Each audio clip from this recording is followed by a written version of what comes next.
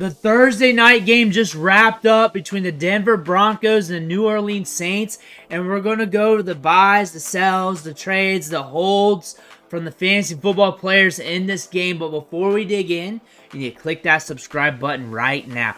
I'm the only fantasy football channel out there doing instant recaps on these games.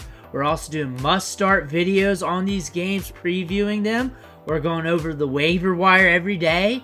We're helping you set your lineups with these videos. We're helping you pick up players by doing deep dives on as many players as possible. Click that button. Stop missing out. The one-man band is here, and I'm here to recap this game for you guys. Broncos versus Saints, 33-10. Broncos take it. And let's just talk about Spencer Rattler. We did a you need video on him last week.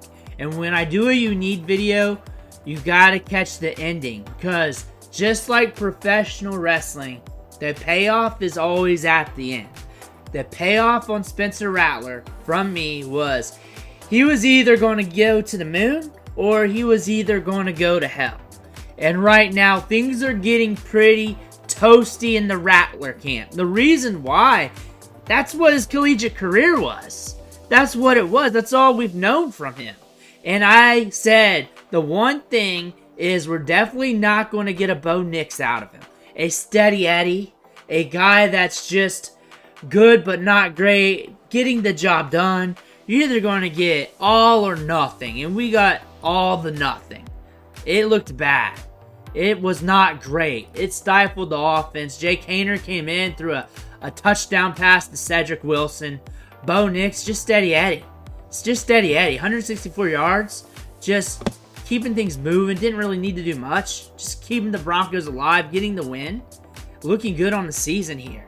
33-10. Broncos beat the Saints. Looking at the Denver rushing attack, it was the Javonte Williams show today. 2 rushing touchdowns. Looking good. The talk of the town. He's going to win some fantasy weeks. In the must-start video today, I said you were looking at him as an RB2. Looks like there's going to be some promise in this matchup. Looks like a lot of you guys are going to end up starting him unless you're really good at running back. Looks like there's not going to be many decisions made that you're going to go the other way. Just because he's Javonte Williams, he's getting the touches. Jaleel McLaughlin could sneak away with something, but he didn't. Didn't get enough volume here in this matchup. But we did get 8.8 yards per clip here. On top of that, we saw Audric Estime rumble. Rumble, man. Rumble. And we're going to see more of him throughout the season, especially in the back 9. But Troy Franklin, our man from draft season. We love Troy Franklin before the draft and after the draft. Him going to the Broncos, him being paired with his man Bo Nix. 5 balls caught, 50 yards, 10 fantasy points today, looking good. Kroll got some runs, 7 fantasy points. That might be enough to make him a tight end 1 for the week. Javonte Williams caught 3 balls, 23 yards, another 5 fantasy points racked up there. Marvin Mims coming out of nowhere, catching 2 balls. That was good to see. Vele. 3 targets, 1 ball caught, 20 yards. There's not much volume in this game. There's not much volume. I said this in the must-start video that when the over-unders are very low, they hit the over here, but the projected point total was low. The ancillary players, those players that are like the second target in offense, third target in offense, the backup running back, they're a lot less likely to hit. They are a lot less likely to hit. Troy Franklin scored 10 fantasy points. That's not really great for fantasy football. There's not a really good pass catcher for fantasy football unless you're looking at Cedric Wilson. Still, top-end wide receiver 3 production for the week. You got 6 points on the touchdown, 12 on the catch, maybe back-end wide receiver 2. You got another 5 there, 17 points. Maybe back-end wide receiver 2, top-end wide receiver 3 production.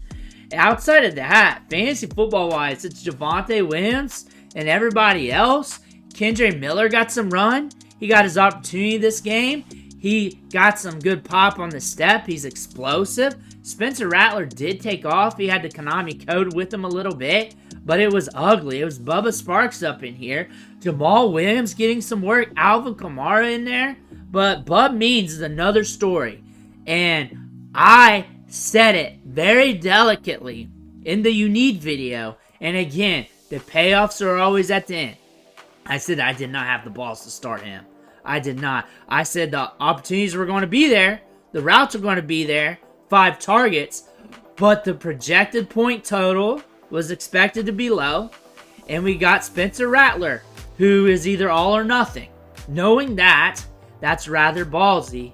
And I said, do not start him over anybody you would normally start. However, if you wanted to chase these 5 targets, because he was going to get 5 or more in this game, and he got his 5, go ahead, see where the chips lay.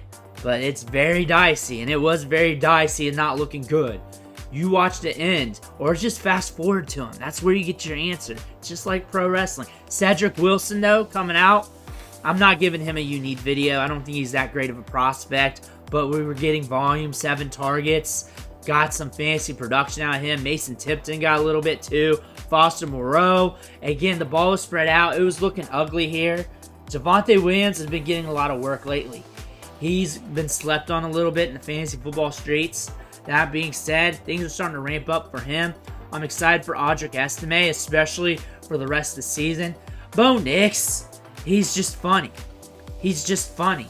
And he's got more wins right now than what, Joe Burrow? He's got more than Aaron Rodgers. And he's just dinking and dunking it. This defense is looking good. The PS2 is out. I mean, the PS2, Patrick Surtain 2, the PS2 was out of this matchup. And they were still able to get the job done. They were still able to get the job done. That being said, Broncos win 33-10. It was an ugly matchup, but still fun to watch. Let me know what you think in the comments below. Make sure to hit that subscribe button on the way out. One thing for watching. Catch you on the next video.